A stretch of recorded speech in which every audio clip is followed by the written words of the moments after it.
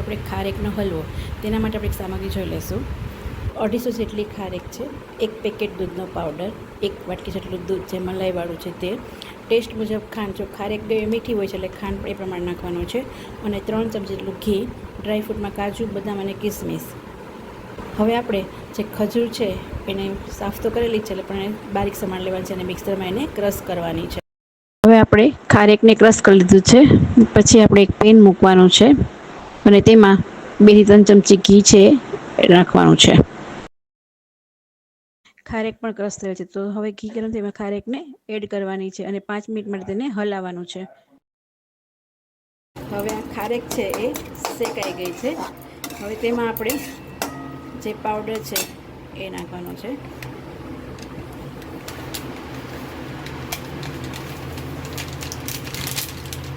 અને 2 મિનિટ આપણે એને મિક્સ કરવાનું છે. હવે આ 2 મિનિટ મિક્સ થઈ ગયું છે. હવે તેમાં આપણે આ જે મલાઈવાળું દૂધ છે એ દૂધ નાખવાનું છે.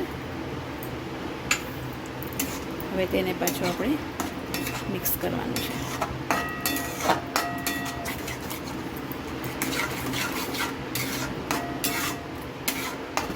એકદમ ઘટ થવા દેવાનું છે, જે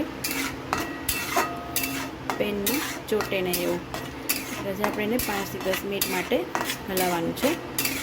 હવે તેમાં આપણે ખાંડ નાખવાની છે. ખાંડ છે એ ટેસ્ટ મુજબ નાખવાની, કેમ કે ખારેક પણ મીઠી છે એટલે. હવે એને મિક્સ કરવાનું છે. હવે હલવો આપણો રેડી છે. હવે તેમાં આ ડ્રાયફ્રૂટ છે, જે કાજુ, બદામ અને કિસમિસ, એને આપણે એમાં એડ કરવાના છે અને 2 મિનિટ માટે એને આપણે મિક્સ કરવાનું છે. તો એકદમ પેનથી પણ છૂટું પડવા લાગ્યું અને થોડુંક કઠણ પણ થવા લાગ્યું છે, એટલે હવે તેને આપણે ગેસ બંધ કરી દઈશું અને સર્વિંગ પ્લેટમાં આપણે સર્વ કરશું.